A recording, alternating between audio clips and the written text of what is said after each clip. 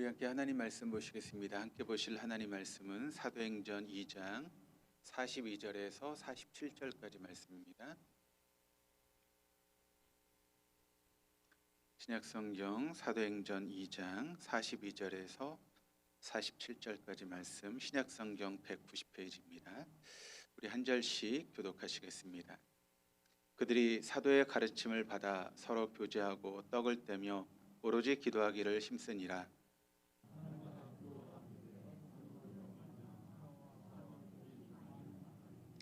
믿는 사람이 다 함께 있어 모든 물건을 서로 통용하고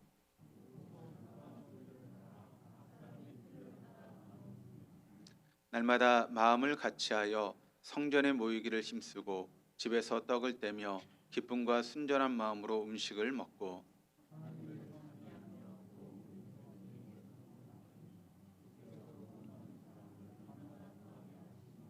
아멘. 할렐루야. 네, 우리 하나님 날마다 새 일을 행하십니다. 믿으십니까?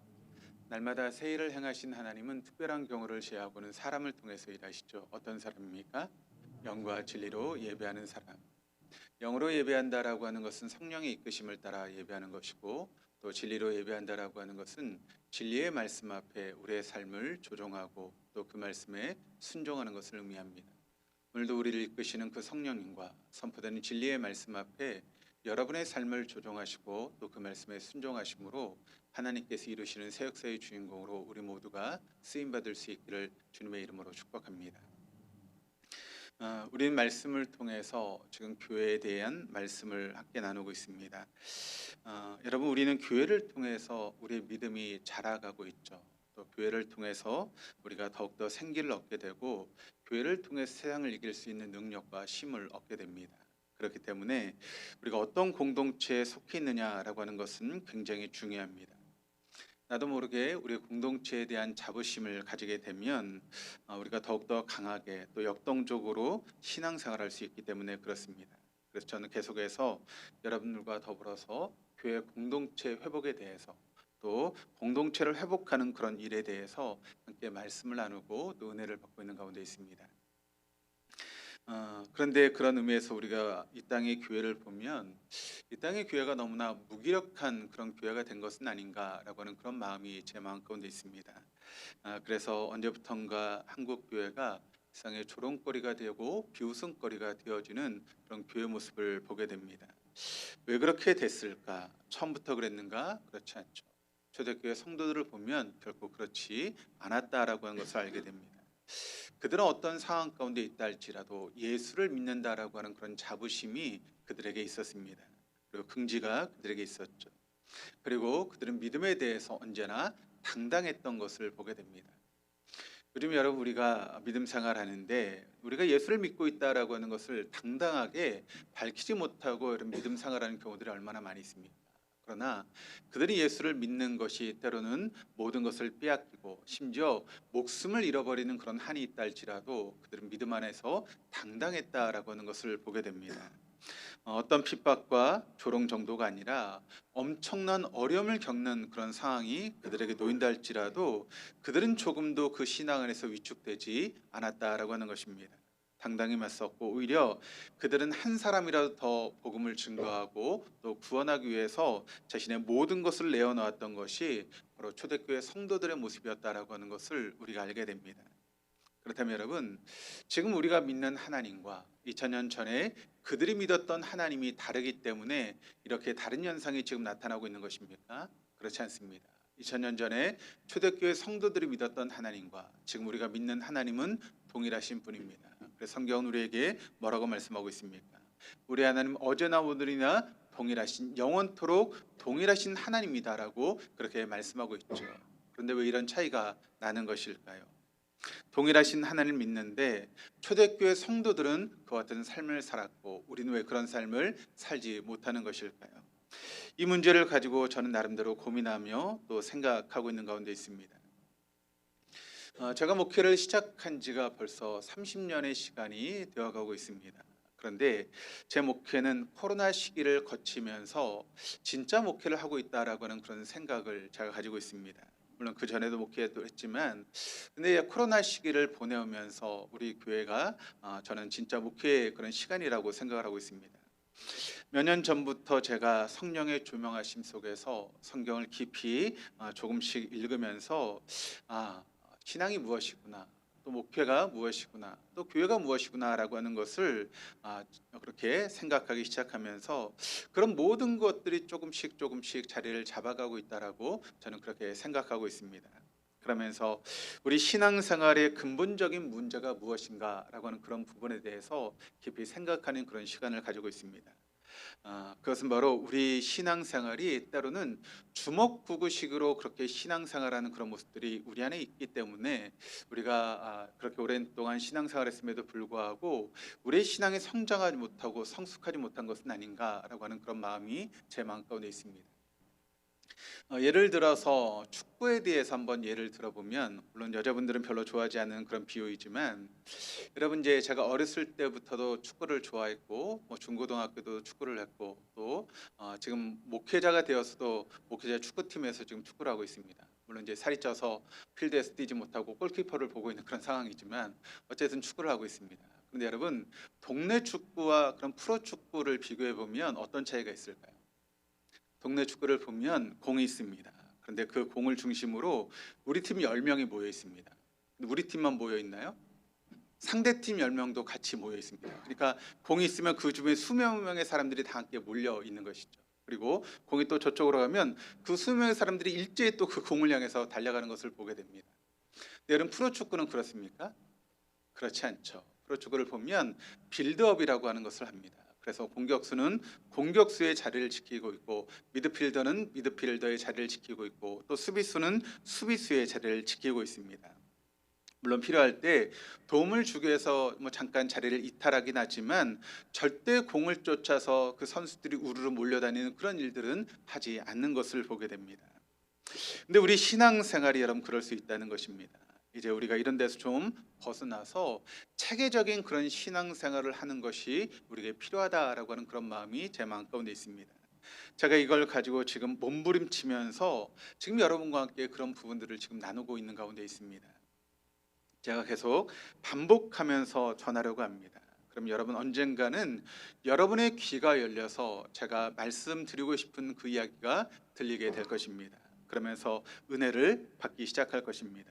또 보이기 시작할 것입니다. 저는 이런 중요한 부분들을 계속 반복해서 여러분들에게 반복해서 말씀을 하고, 여러분 그걸 계속 여러분의 속에 새기면서 처음에는 귀로 들었다가 그 다음에는 가슴으로 느끼기 시작하고 그 다음에는 온몸으로 반응하기 시작하고 또 그렇게 은혜를 받고 또 성숙해지는 그런 과정이 우리에게 있게 될 것입니다. 저는 이것을 위해서 계속 반복하면서 여러분에게 말씀을 나누려고 합니다. 다시 한번 도표를 보도록 하겠습니다. 이 정도 도표를 보셨으면 이제 여러분 마음속에 딱 새겨지지 않으십니까? 저는 이 도표를 이제 눈을 감아도 그릴 수 있을 정도로 제 머릿속에 딱 각인이 되어 있습니다. 여러분, 가운데 있는 게 뭐라고 말씀드렸죠? 가운데 동그라미가 뭐라고요? 삼일체 하나님에 대한 그런 부분이다라고 말씀을 드렸죠. 삼일체 하나님, 성부 하나님, 성자 예수님, 성령 하나님, 그 삼일체 하나님이 있는데, 여러분 그 삼일체 하나님은 어떤 하나님이라고 말씀을 드렸습니까? 페리 코레시스의 하나님이라고 말씀을 드렸습니다.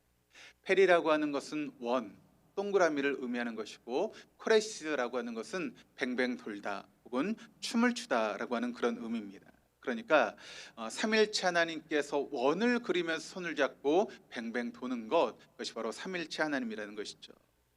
그래서 이 삼일체 할 때 숫자를 자꾸 생각하다 보니까 우리가 어려움을 당하는 것입니다. 숫자를 생각하지 마시고 이 삼일체라고 하는 것은 공동체를 말하는 것이다, 연합을 말하는 것이고 일치를 말하는 것이다 라고 하는 것을 우리가 잊지 말아야 됩니다. 그리고 도표를 다시 한번 돌아가서 우리가 도표를 보시면 왼쪽에 이제 도표를 보시면 이제 하나님에 대한 그런 부분이 나와 있습니다. 먼저 첫 번째 예수님이 사역을 하시는데, 예수님이 여러분 어떤 사역을 하셨습니까? 우리의 모든 죄를 짊어지시고 십자가에 예수님이 죽으셨다라고 하는 것이죠. 그래서 우리가 구원을 얻게 되었다는 것입니다. 여러분, 이 예수님의 십자가 사건이 얼마나 우리에게 의미가 있는 것인지를 우리가 다시 한번 되새길 수 있어야 됩니다. 여러분, 예수님의 십자가를 지시기 전에 인간은 절대 하나님 앞에 나아갈 수 없는 존재였습니다. 그러니까 에덴 동산에서 아담과 하와가 죄를 지음으로 에덴 동산에서 쫓겨난 이후로 인간은 결코 하나님 앞에 설 수 없는 그런 존재였죠. 그리고 인간이 하나님 앞에 서게 된다라고 하는 것은 죽음을 의미하는 것이다라고 말씀을 드렸습니다. 그래서 우리를 보호하기 위해서 하나님은 하나님에 계신 지성소와 또 인간이 있는 성소 사이에 뭘 쳤습니까? 휘장을 쳐서 하나님 앞에 나아가지 못하도록 그렇게 만들었던 것이 바로 지성소와 성소의 휘장이었다는 것이죠. 그래서 1년에 한 차례 대제사장만 하나님 계신 지성소로 나아갈 수 있었던 것입니다. 그런데 예수님께서 우리의 모든 죄를 짊어지고 십자가를 지실 때, 그리고 예수님이 돌아가실 때 어떤 일이 있었습니까? 바로 그 휘장이 위에서부터 아래까지 찢어지는 그런 놀라운 은혜가 있게 되었고, 그 사건을 통해서 우리 이제 하나님 앞에 나아갈 수 있는 그런 은혜를 얻게 되었다는 것입니다. 그래서 이제는 우리가 하나님 앞에 담대히 나아가서 하나님의 이름을 부르고 하나님 앞에 직접적으로 기도할 수 있는 그런 은혜의 역사가 우리에게 주어지게 되었다는 것이죠. 그것이 바로 십자가의 사건입니다. 그 예수님께서 십자가에 죽으신 후에 하나님이 그 예수님을 살려주셨죠. 며칠 만에 살려주셨습니까? 3일 만에 예수님을 살려주셨습니다. 그래서 예수님이 십자가에 달려 죽으심으로 여러분 우리의 무엇이 되셨는가 하면 우리의 구세주가 되셨습니다. 그런데 그 예수님께서 다시 살아나심으로 우리의 삶의 주, 주인이 되셨다는 것이죠. 더 이상 이제 내가 사는 것이 아닙니다. 내 안에 사시는 그리스도께서 살아가시는 것입니다. 그래서 성경은 우리에게 뭐라고 말씀하고 있습니까? 이제 내가 육체 가운데 살아가는 것이 아니라 나를 위해서 자기 몸을 버리신 예수 그리스도를 믿는 믿음 안에서 살아가는 것이다 라고 성경은 우리에게 증거하고 있죠. 이것이 바로 부활 신앙입니다. 우리가 그런데 여러분 우리의 지혜와 우리의 능력으로 그런 모든 것을 우리가 알 수 없습니다. 어떻게 하나님의 그런 오묘하신 그런 계획과 섭리를 우리가 알아갈 수 있겠습니까? 그래서 성령께서 우리에게 오시는 것입니다. 성령께서 우리 안에 오실 때 예수님이 누구신지 그리고 예수님이 하신 일이 무엇인지를 알게 되는 것이고, 또 하나님이 누구신지 하나님이 어떤 일을 하셨는지를 성령을 통해서 우리가 알게 되는 것입니다. 그래서 여러분 성령께서 우리 안에 오시지 않으면 예수님이 하신 일에 대해서 우리는 알 수도 없고 믿어지지도 않습니다. 하나님이 어떤 분이신지 알 수도 없고 그 하나님이 하신 일을 우리가 믿을 수가 없는 것이죠. 그러나 성령께서 우리 안에 오실 때 그 모든 것을 우리가 깨닫게 되는 것입니다. 십자가의 죽음 앞에서 벌벌 떨던 제자들이 그럼 어떤 삶을 살았습니까? 그들은 두려워서 한 발자국도 나가지 못했던 것이죠. 그런데 그런 그들에게 성령께서 오시게 되자 여러분 그들이 어떻게 되었습니까? 담대하게 나가서 여러분 예루살렘과 온 유대와 사마리아와 땅끝까지 이르러 복음의 증인이 된 그런 삶을 살아갔다라고 하는 것을 우리가 잘 알고 있습니다. 그러니까 성령이 오시기 전엔 그렇게 벌벌 떨던 그 제자들이 성령께서 오시자 부활신앙이 무엇이고 십자가를 지는 것이 무엇인지 알게 되었을 때 담대하게 복음을 증거하는 복음의 증인이 되었다라고 하는 것을 우리는 알 수 있습니다. 그리고 표 오른쪽 그림을 다시 한번 보시면 제일 먼저는 성령 충만, 그 다음에 부활신앙, 그리고 세 번째는 바로 십자가의 삶입니다. 하나님의 편에서 보면 제일 먼저는 예수님, 그 다음 하나님 성령께서 사역하셨다면 우리 인간의 편에서 보면 이제 그것이 거꾸로 되는 것이죠. 성령께서 먼저 우리에게 오셔서 모든 것을 깨닫게 하시고 그것을 충분히 느끼게 하시고 감당하게 하시고 또 실천하는 삶을 살게 하십니다. 그때 우리는 부활 신앙이 무엇인지를 알게 되고 그것을 확실하게 깨닫게 되는 것입니다. 그리고 부활 신앙을 알게 될 때 우리는 십자가의 삶이 저절로 사라지는 그런 놀라운 은혜가 우리에게 주어지게 된다는 것입니다. 그러니까 하나님의 편에서와 우리 인간의 편에서 거꾸로 그 순서가 된다라고 하는 것을 보게 되죠. 성령께서 오셔서 우리 가운데 역사하시면 그 모든 세계가 저절로 열리게 되는 것입니다. 그때부터 우린 부활 신앙이 나에게 확 다가오기 시작하고 그 부활 신앙이 믿어지고 십자가의 삶을 살게 되는 것입니다. 그러니까 여러분 이 순서가 중요하다라고 하는 것을 결코 놓치지 마시기를 바랍니다. 성령 충만, 부활 신앙, 십자가의 삶, 이 순서가 바뀌게 되면 우리의 신앙은 한 걸음도 앞으로 나아가지 못하는 것입니다. 성령께서 오셨고 그리고 그들이 즉각 가졌던 부활 신앙, 그것을 우리가 알게 되는 것이고, 그럴 때 우리가 십자가의 삶이 저절로 사라지게 된다라고 하는 것입니다.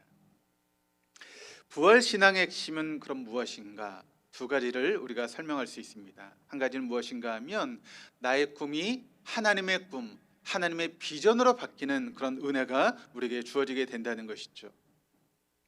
그 전까지 여러분, 우리의 삶이 어떤 삶을 살았습니까? 내 꿈을 가지고 살아갔던 것이 저 여러분의 인생 아니었습니까? 그래서 내가 세상에서 어떻게 하면 더 출세할 수 있는가? 내가 어떻게 하면 세상에서 성공하는 삶을 살아갈 것인가?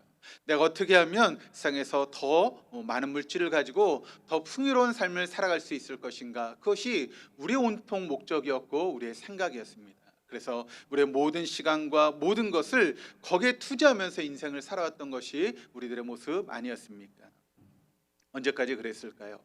예수님의 제자들을 보면 예수님께서 부활하셨습니다. 그리고 40일 동안 예수님께서 다시 사셨을 때, 그리고 승천하시기 직전까지 제자들의 모습이 그와 같은 모습이었다라고 하는 것을 보게 됩니다. 사도행전 1장을 보시면 주님이 승천하시기 전까지, 또 그들이 성령을 받기 전까지 그들의 질문이 무엇이었는가 하면, 주님의 나라가 언제 오십니까? 또 주님이 언제 왕이 되십니까? 또 주님이 왕이 되셨을 때 누가 예수님의 좌우편에 설 수 있는 그런 사람입니까? 라고 하는 것을 끊임없이 질문하고 있는 제자들의 모습을 우리가 보게 되죠. 그러니까 주님께서 부활하시고 승천하시기 직전까지 그들의 온통 생각을 사로잡았던 것은 무엇인가 하면 바로 세상적인 자신들의 꿈이었다는 것입니다. 내가 어떻게 더 높은 자리에 올라갈 것인가? 내가 어떻게 세상적으로 더 성공할 것인가? 그들의 온통 관심은 거기에 있었다는 것이죠. 그런데 여러분, 성령께서 그들에게 찾아오셨을 때 그들의 꿈이 바뀌기 시작합니다. 세상의 꿈이 아니라 하나님의 꿈을 꾸기 시작했고, 하나님의 비전을 가지고 담대하게 삶을 살아갔던 것이 바로 제자들의 모습이었다라고 하는 것을 우리가 보게 됩니다.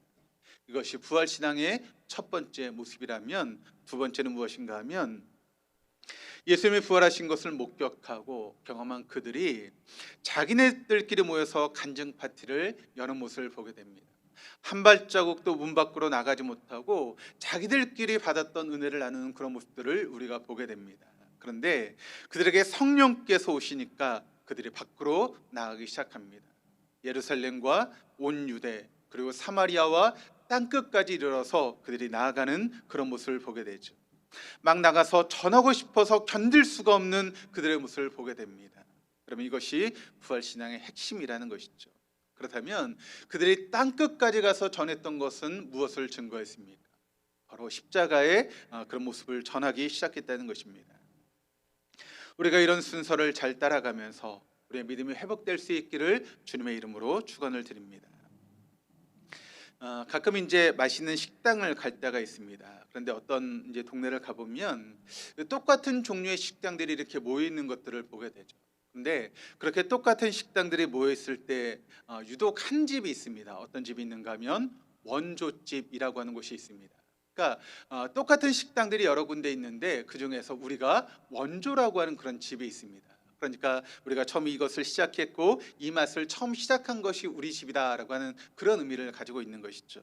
그래서 사람들은 다른 식당보다 어떤 집을 먼저 우선적으로 갑니까? 원조집을 먼저 가는 것을 우리가 보게 되죠. 교회도 마찬가지입니다. 여러분, 교회에 원조가 있죠. 원조가 무엇입니까? 교회 원조. 뭐가 교회 원조죠? 초대교회가 교회의 원조, 원본이라고 이야기할 수 있습니다. 그래서 저는 이 교회의 원본 찾기, 그것을 위해서 많은 시간을 들이고 있습니다. 이게 얼마나 중요한 것인지. 2000년에 그런 시간이 쭉 흘러오면서 교회가 자꾸 이 원조를 잃어버리는 그런 일들이 벌어지기 시작했습니다. 그러면서 원래 모습에서 자꾸 변질돼 가는 그런 모습들이 한국 교회 모습 가운데, 또 세계의 교회 모습 가운데 있다는 것이죠. 교회가 왜 이런 모양이 되었는가? 성령의 역사가 사라졌습니다. 성령의 생기가 우리 안에 사라지기 시작했습니다. 그러다 보니까 교회의 타이틀은 달고 있는데 교회 모습이 아니라는 것입니다. 어떤 면에서 보면 교회가 아니라 여러분 뭐라고 이야기할 수 있습니까? 마치 기독교 주식회사와 같은 그런 교회 모습들을 우리가 얼마나 많이 발견하게 됩니까? 큰 교회일수록 여러분 거기에 이권이 얽혀서 교회가 여러분 그런 이권 다툼에 목을 매는 그런 모습들을 보게 되지 않습니까? 그래서 장로와 목사들이 싸우고 또 장로끼리 싸우는 그런 일들이 벌어지고 있는 한국교회 모습을 우리가 바라보게 됩니다. 여러분 그것은 교회가 아니죠. 그것은 기독교 주식회사라고 우리가 이야기하는 것이 맞을 것입니다. 그렇다면 언제부턴가 한국교회가 길을 잃어버리기 시작했습니다. 그렇다면 그 길을 다시 찾는 비결은 무엇일까요? 다시 원점에서부터 출발하는 것입니다. 그래서 정교회 모습이 어떠한 모습인지 돌아보면서 성령께서 우리에게 오실 때 우리에게 어떤 유익이 있는지, 또 성령께서 우리에게 어떤 축복을 주시는지, 또 성령께서 우리에게 임하셨을 때 우리가 어떤 삶을 살아가야 되는지에 대해서 우리가 살펴보고 그런 모습을 회복하는 것이 무엇보다 중요하다라고 하는 것을 우리는 잊지 말아야 됩니다. 오순절 성령 강림 사건 하면 제일 먼저 떠오르는 게 여러분 뭘까요? 오순절 성령 강림. 여러분 그러면 뭐가 떠오르십니까? 만약 여러분 믿지 않는 사람들이 여러분에게 오순절 성령 강림 사건이 뭡니까? 라고 물어보면 여러분 뭐라고 대답하시겠습니까? 뭘 그런 걸 물어 그냥 다녀. 그럼 돼. 그렇게 말씀하시겠습니까? 뭔가 우리가 대답할 거리가 있어야 되지 않겠습니까? 그런데 안타깝게도 많은 사람들이 오순절 성령 강림에 대해서 생각이 별로 없습니다. 그것이 무엇인지 관심이 별로 없다는 것이죠. 그래서 오순절 성령 강림이 무엇입니까? 라고 물어보면 대답할 말이 별로 많지 않습니다. 또 그나마 신앙생활했던 분들은 오순절 성령 강림하면 뭘 떠올리고 뭘 이야기를 하는가 하면 급하고 강한 바람소리, 불같이 갈라지는 혀, 혹은 외국어 방언, 이런 것들을 이야기하시는 경우들을 우리가 종종 보게 됩니다. 그런데 여러분 그것은 사실 오순절 성령 강림이 아니라 그 성령 강림의 빵빠레와 같은 것이 바로 그와 같은 기이한 현상이라는 것입니다. 급하고 강한 바람소리, 불같이 갈라지는 혀, 외국어 방언, 그게 그렇게 중요한 사건이었다면 여러분 그 오순절 성령 사건 강림 이후로 그와 같은 일들이 여러분 계속 일어나야 되는 것 아니겠습니까? 여러분 어떻게 생각합니까? 그것이 그렇게 중요한 것이고 또 그것이 오순절 성령 강림의 그런 역사라고 하면 2000년 교회 역사 가운데 그런 일들이 계속해서 우리 가운데 일어나야 되는 것 아니겠습니까? 그래서 여러분 지금 우리가 어떻게 해야 됩니까? 다 이 자리에 앉아 계신 분들이 뭘 해야 됩니까? 외국어 방언하셔야 돼요. 근데 그런 외국어 방언하신 분들이 있을 수 있지만 그런 분들이 많이 계십니까? 별로 없지 않습니까? 성경에 여러분 그런 일들이 혹 있었을 줄 모릅니다. 그러나 성경은 거기에 대해서 전혀 주목하지 않습니다. 관심을 기울이지 않는다라고 하는 것을 우리가 알아야 됩니다. 오늘 말씀이 바로 그런 부분을 이야기를 하고 있는 것이죠. 여러분 우리가 어떤 기이한 현상에 초점을 맞추지 말아야 된다라고 하는 것입니다.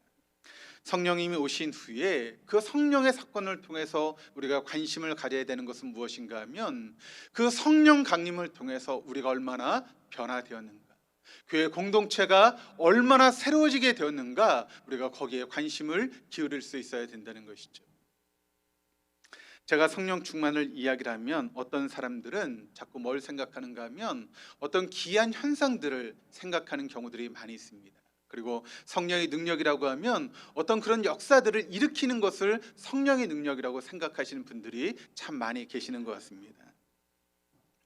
어떤 면에서 보면 그것은 정말 참을 수 없는 존재의 가벼움입니다. 성령 강림 사건은 그것이 아니라고 하는 것을 우리가 먼저 이해할 수 있어야 됩니다. 그것은 여러분 성령 강림을 알리는 빵빠레에 불과하다는 것이죠. 그런데 많은 사람들이 그 빵빠레에 관심을 가지면서 정말 중요한 것을 놓치는 경우들이 있다라고 하는 것을 우리가 생각해야 됩니다.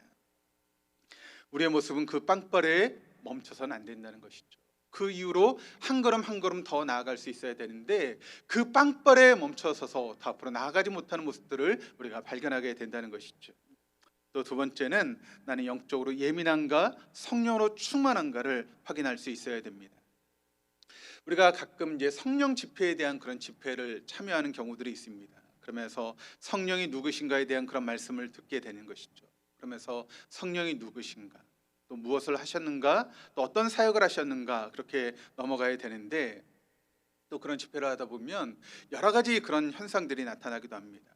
막 뜨겁게 소리를 지르면서 기도하기도 하고 또 우리 가운데 막 뜨거움이 임하기도 합니다. 그 다음에 임파테이션이라고 하는 어떤 사역의 역사가 일어나게 되죠. 가끔 영상을 보면 어떤 목사님이 막 성도에게 막 손을 대면 그 성도가 막 뒤로 넘어지는 그런 모습도 보게 되지 않습니까?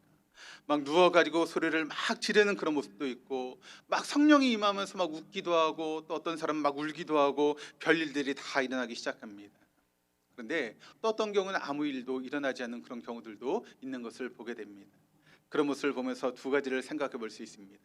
첫 번째, 이런 체험을 하는 사람은 은혜를 받았다라고 하고 또 그것을 체험하지 못한 사람들은 막 그것을 은혜 받지 못했다라고 생각하고 은혜 받은 사람들을 부러워하는 그런 마음들이 우리의 마음 가운데 있습니다. 그러면서 왜 나는 그런 은혜를 받지 못할까? 혹시 내가 교만해서 그런가? 내 믿음이 부족해서 그런가? 그런 생각을 하면서 자꾸 기가 죽게 되죠. 그래 성령 강의를 마치고 나면 그런 집회를 마치고 나면 여러분 우리가 성령 집회를 통해서 알아야 되는 것은 무엇인가 하면 성령이 어떤 분이신가 그 어떤 사역을 하시고 어떤 일을 하셨는가에 대해서 우리가 알아야 되는데 우리가 그런 집회를 하고 나면 그런 것은 전혀 생각나지 않습니다. 그리고 뭐가 생각납니까? 누가 쓰러졌는가? 누가 소리를 지르는가? 누가 웃었는가? 누가 울었는가? 거기에만 우리가 관심을 가지는 경우들을 보게 되는 것이죠. 그리고 그러다 보니까 모든 초점이 성령에게 맞추는 것이 아니라 누구에게 맞춰집니까? 그 집회를 인도한 강사에게 맞춰지는 것을 우리가 보게 됩니다. 그래서 만약 그런 집회 가운데 그런 현상들이 많이 일어나면 우리는 그 강사를 뭐라고 이야기를 하죠? 능력 있는 사람이다. 혹은 훌륭한 사람이다 라고 그렇게 이야기를 합니다. 그런데 어떤 집회에 그런 현상들이 전혀 일어나지 않으면 뭐라고 이야기를 합니까? 저 강사는 능력이 없네 라고 그렇게 이야기를 하죠. 정말 그렇습니까? 물론 그 사람이 도구가 되어서 그런 일을 할 수 있지만 그 모든 일을 이루는 게 여러분 그 강사가 하는 겁니까? 성령께서 하시는 것입니까? 그 사람은 도구일 뿐입니다. 성령께서 역사하셔서 그런 일이 일어나는 것이죠. 그리고 여러분 그런 현상은 사단도 할 수 있다라고 하는 것을 여러분 잊지 마시기를 바랍니다. 여러분 사단도 얼마든지 그런 일을 일으킬 수 있는 것입니다. 중요한 것은 그러므로 그런 현상이 아닙니다. 그런 현상은 성령 충만의 열매가 아니다라고 하는 것을 우리가 놓치지 말아야 됩니다. 성령 역사의 빵빠레에 불과한 것이지 그것이 여러분 성령의 충만이고 성령 역사가 아니다라고 하는 것을 우리 놓치지 말아야 되는 것이죠. 한번 생각해 보시길 바랍니다. 사도 바울이 여러분 다메섹으로 사람들을 잡아오기 위해서 떠났습니다. 그런데 그 다메섹 도상에서 기이한 일을 여러분 경험하지 않았습니다.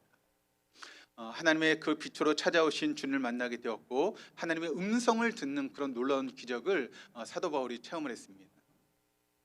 만약 제가 그런 체험을 했다고 한번 생각해 보시길 바랍니다. 그럼 만약 제가 그런 체험을 하고 만약 어떤 교회에 가서 제가 이제 말씀을 증거하는 그런 시간이 저에게 주어졌다면 제가 빼놓지 않고 어떤 이야기를 할까요? 제가 체험했던 그런 이야기를 하지 않겠습니까?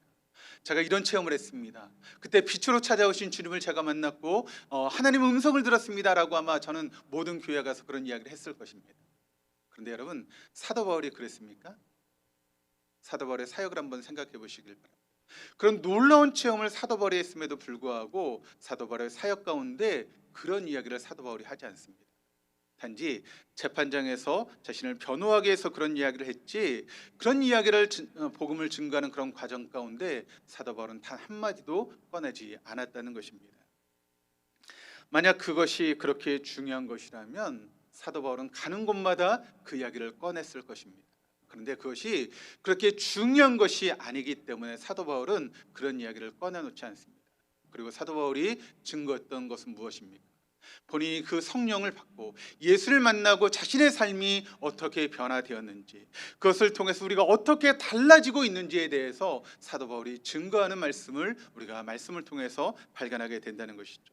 그러니까 사도 바울이 정말 얘기하고 싶은 것은 내가 예수를 만나면서 그런 체험을 했다라고 하는 것을 얘기하고 싶은 것이 아니라 바로 성령을 통해서 내가 어떻게 변화되었고 하나님을 만나고 내 삶이 어떻게 새로워졌는지 그것을 증거하는 것이 사도 바울의 모습이었다라고 하는 것을 우리가 기억할 필요가 있습니다. 우리들 중에는 영적으로 예민한 사람들이 있습니다. 그런 사람들은 그런 집회에서 얼마든지 쓰러질 수 있습니다. 그러나 그것이 성령 충만은 아니라는 것입니다. 그게 나쁘다라고 이야기하는 것이 아닙니다. 혼돈하지 말라라고 말씀을 드리는 것이죠. 대개 성령 사역을 하면 영적으로 예민한 사람들, 혹은 마음에 상처가 있는 사람들, 아니면 감정적인 사람들이 그런 현상들이 많이 일어나게 됩니다. 그러나 아주 이지적인 사람들은 그런 일들이 잘 일어나지 않는 것들을 우리가 보게 되죠. 그런 현상이 나쁘다라고 말씀을 드리는 게 아닙니다. 오해하지 마시기를 바랍니다. 또 그런 현상이 하면 안 된다라고 말씀드리는 것은 절대 아닙니다. 다만 우리의 신앙이 거기서 멈춰서는 안 된다라고 하는 것입니다. 거기서 끝나버리면 안 된다는 것이죠. 진짜 중요한 것은 성령께서 우리에게 오셨을 때 그런 현상들이 나타날 수 있지만 거기서 우리가 끝나는 것이 아니라 그 성령을 통해서 내 삶이 변화되어지고 그 성령을 통해서 우리 교회 공동체가 새로워지는 것이 중요한 것이지, 어떤 체험을 하고 어떤 기적을 체험하는 것이 여러분 중요한 것이 아니다라고 하는 것을 우리가 알아야 되는 것이죠. 여러분, 기적을 통해서 병이 나을 수 있습니다. 그러면 그 병이 나았던 사람이 영원히 살아갑니까? 그것이 아니지 않습니까? 또 병이 찾아오고 그 사람 역시 죽을 수밖에 없습니다. 우리가 어떤 현상을 체험했다고 해서 그것이 여러분 우리의 신앙을 더 성숙하게 만들어줍니까? 그것도 아니다라고 하는 것을 보게 됩니다. 제가 경험했던 이야기 전에도 몇 번을 드렸지만 기도 안에서 은혜를 받았습니다. 거기 있는 분들이 막 은혜를 받고 막 할렐루야를 외치면서 은혜를 받았습니다. 그런데 그 집회가 끝나고 나오는데 그 나오는 사람들의 모습을 보면서 제가 큰 충격을 받았습니다. 서로 먼저 나가게 또 막 자리 다툼을 하고 또 신발을 차리면서 막 싸움을 하는 그런 모습들을 바라보았습니다. 아니, 그렇게 은혜를 체험하고 은혜를 받았다라고 하는 그 사람들이 전혀 삶이 변화되지 않고 그 은혜를 받고 나서 그 자리에 싸움을 하는 그런 모습을 보면서 얼마나 충격을 받았는지 모릅니다. 여러분, 그런 현상들이 우리에게 나타날 수 있습니다. 그러나 그것이 중요한 것이 아닙니다. 그런 현상을 통해서 우리가 성령 충만을 받으면서 우리의 삶이 변화되지 않는다면 그런 현상은 아무런 의미가 없다라고 하는 것을 여러분 잊지 마시기를 바랍니다. 현상이 중요한 것이 아니라 그 성령을 통해서 내가 얼마나 새로워지고 변화되고 있느냐라고 하는 것이 중요하다라고 하는 것입니다. 저는 이 시간 오늘 십자가에 대해서 함께 말씀을 나누면서 십자가 얼마나 중요한지를 조금 더 강조하고 싶습니다. 여러분, 십자가를 우리가 생각하면 어떤 고통 또 고난으로만 생각하는 그런 경향들이 있고, 십자가 하면 그저 무거운 짐으로만 생각하는 그런 마음들이 우리의 마음 가운데 있죠. 그러나 여러분, 십자가는 그런 것이 아닙니다.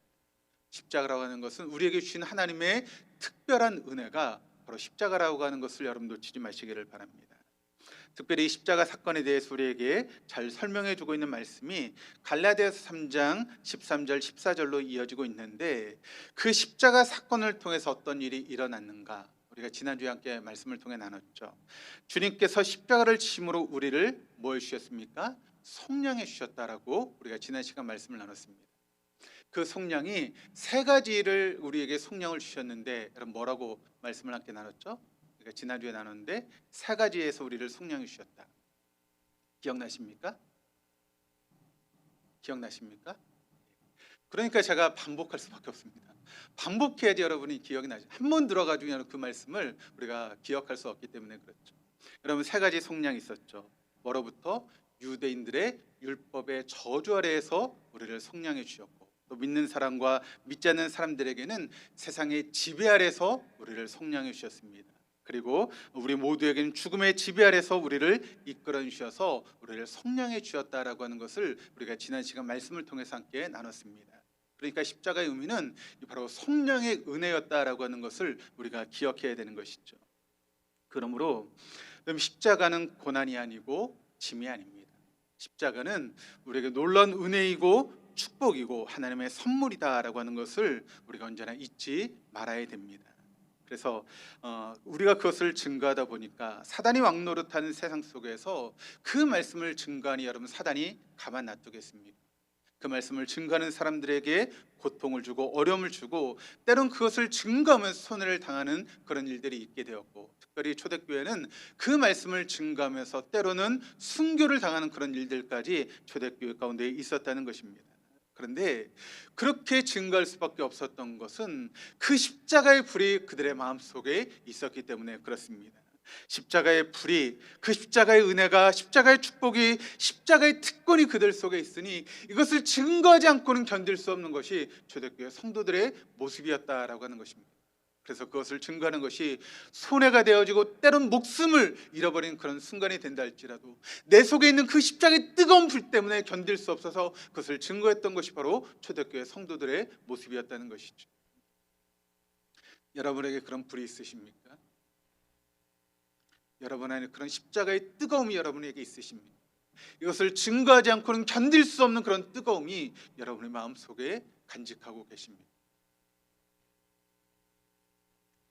부활신앙을 가진 사람에게는 이게 보이기 시작하고 이것을 전하지 않으면 견딜 수가 없었던 것입니다. 그래서 우리 주님이 십자가를 통해서 우리에게 주신 은혜의 선물에 관해서 그것을 증거할 수밖에 없는 것이 바로 초대교회 성도들의 모습이었던 것이죠. 그래서 우리가 누리고 있는 그 복을 그들도 누리게 하라는 것입니다. 이것을 위해서 아주 중요한 것이 있는데 두 가지가 중요합니다. 바로 말씀과 기도입니다. 말씀과 기도의 균형을 이루는 것, 이것이 너무나 중요하다는 것이죠. 한국 교회도 마찬가지고 외국 교회도 마찬가지지만 좀 보수적인 그런 신앙을 가지고 있는 그런 교회 보수주의자들을 보면 이런 사람들은 이 시대의 성령의 역사를 극히 제한하는 그런 경우들을 보게 됩니다. 이미 우리에게 성경이 주어지는 그 순간 성령의 역사는 제한적이다라고 말씀하시죠. 그래서 무슨 하나님의 음성을 듣는다, 그건 뭡니까? 다 이단으로 치부하는 그런 경향들이 바로 이런 보수적인 그런 신앙을 가지고 있는 사람들 중에 있습니다. 어떻게 보면 그것도 극단적인 그런 모습이라고 이야기할 수 있죠. 또 반대로 성경은 무시하고 자꾸 경험만, 현상만 의존하는 그런 신앙의 모습도 우리가 발견하게 됩니다. 특별히 이런 사람들은 오순절 계통의 그런 신앙을 가지고 있는 사람들이 주로 그렇습니다. 특별히 우리나라에도 이제 순복음적인 그런 신앙을 가지고 계신 분들이 이런 부분들을 강조하죠. 다리 건너서 여의도에 이제 큰 교회가 있지 않습니까? 거기 교회를 세우셨던 목사님이 서슴없이 이런 이야기를 했다고 합니다. 나는 며느리를 맞이할 때 방언을 못하는 여자는 며느리를 맞이할 수 없다라고 하는 그런 이야기를 하셨다는 거예요. 그리고 여러분 순복음 교회의 그런 특색은 방언을 못하면 마치 신앙이 없는 것처럼 취급하는 그런 부분들이 여러분 순복음 교회 안에 있지 않습니까? 여러분 한번 생각해 보시길 바랍니다. 방언을 못하면 예수를 못 믿는 것입니까? 방언을 못하면 우리가 구원을 못 받은 것입니까? 방언이라고 하는 것은 은사입니다. 하나님께서 여러 가지 선물 중에 하나인 것이죠. 그러니까 지극히 작은 선물 중에 하나입니다. 방언을 못한다고 해서 구원을 못 받는 것도 아니고 방언을 못 받았다고 해서 성령을 못 받은 것도 절대 아니다라고 하는 것이죠. 그러므로 우리는 이 양극단을 조심할 필요가 있습니다. 중심을 잘 잡고 신앙생활해야 되는 것이죠. 성경적으로 말하는 구원의 증거가 무엇인가? 두 가지를 이야기할 수 있습니다. 구원의 외적인 증거는 성경을 하나님의 말씀으로 믿는 것, 그것이 바로 구원의 외적인 증거입니다. 내가 구원을 받았다면 그때부터 성경은 하나님 말씀으로 믿어지기 시작하게 되는 것입니다.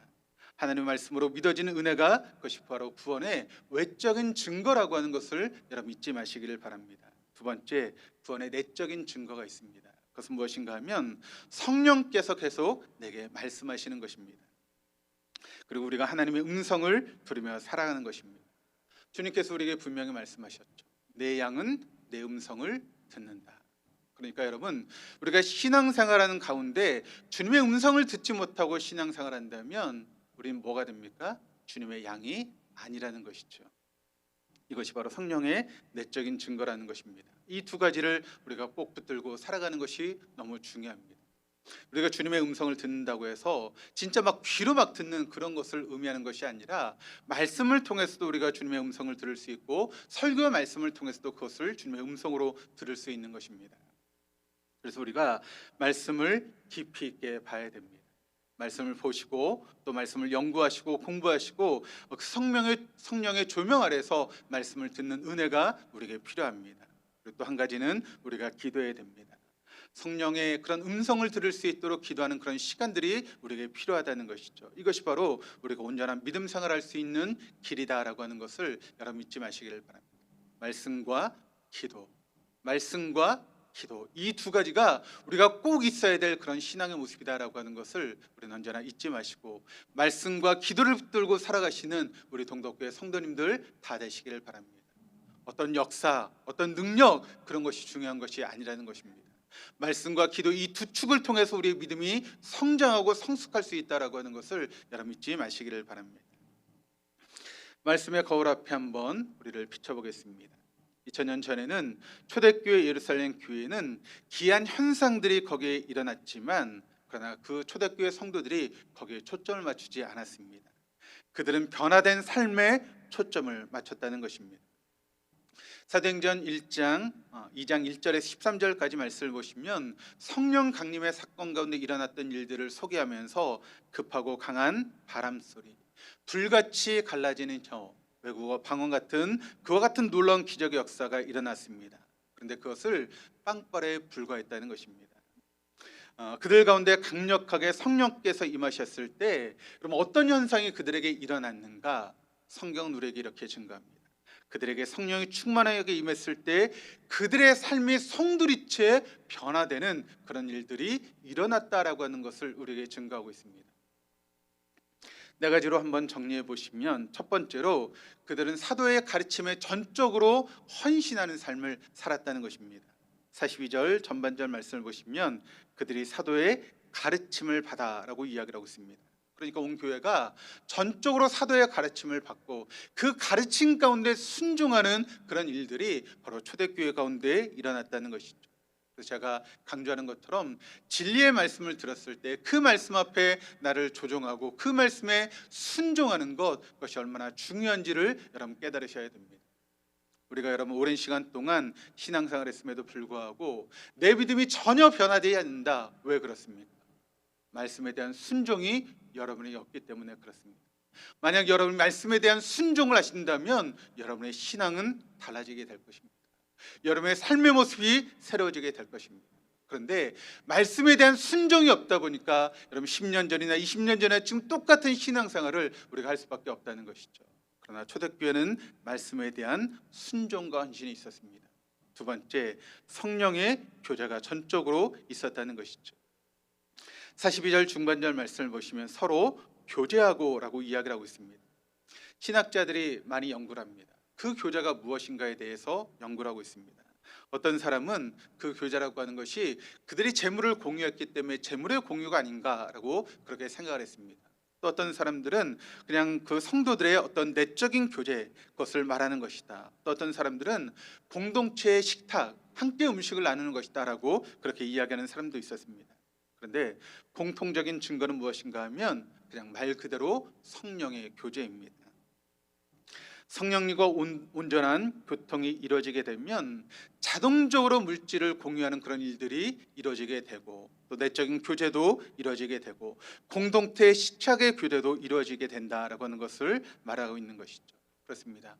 성령이 우리 안에 교통하기 시작할 때, 그 교제가 일어날 때 이런 놀라운 역사가 우리 가운데 일어날 수 있다라고 하는 것을 믿으시기를 바랍니다. 세 번째, 떡을 떼는 일에 전적으로 헌신하게 되었다는 것입니다. 그래서 떡을 떼며라고 이야기를 하고 있죠. 이것을 46절에 더 의미 있게 설명하고 있는데 이렇게 증거합니다.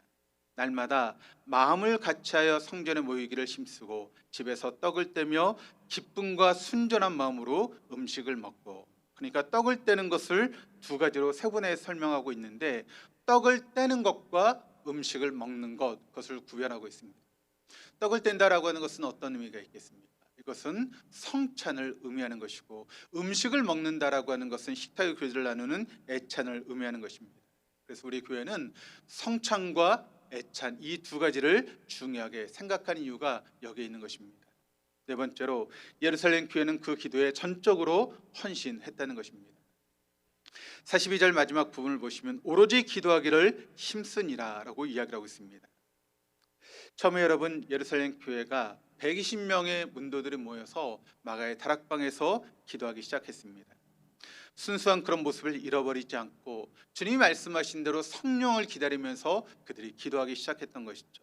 그랬더니 여러분, 주님 말씀하신 그대로 성령께서 그들에게 찾아오셨습니다. 그리고 그들 가운데 성령이 임하기 시작했다는 것이죠. 그런데 여러분, 그 다음에도 그들이 그곳을 떠나지 않고 그 120명의 사람들이 꾸준하게 성령을 경험하고서도 계속해서 그 기도의 자리를 더 간절하게 지켜나갔다라고 하는 것을 의미하고 있는 말씀입니다. 모든 것을 기도로 시작하고 기도로 더불어 끝냈다는 것이죠. 그랬더니 어떤 일이 일어났는가? 40절 하반절 말씀을 보니까 이렇게 증거합니다. 온 백성의 칭송을 받으니 주께서 구원받는 사람을 날마다 더하게 하시니라. 그렇습니다. 이것이 오순절 성령 강림 사건의 결과였다라고 하는 것을 우리에게 증거하고 있습니다.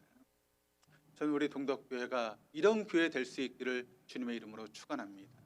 우리 성도 한 사람 한 사람이 이런 초대교회 성도들 같이 은혜를 받으시고 성령을 경험하시면서 여러분의 삶이 새로워지시고 우리 공동체가 새로워지는 그런 놀라운 역사가 우리 안에 있기를 주님의 이름으로 축원합니다.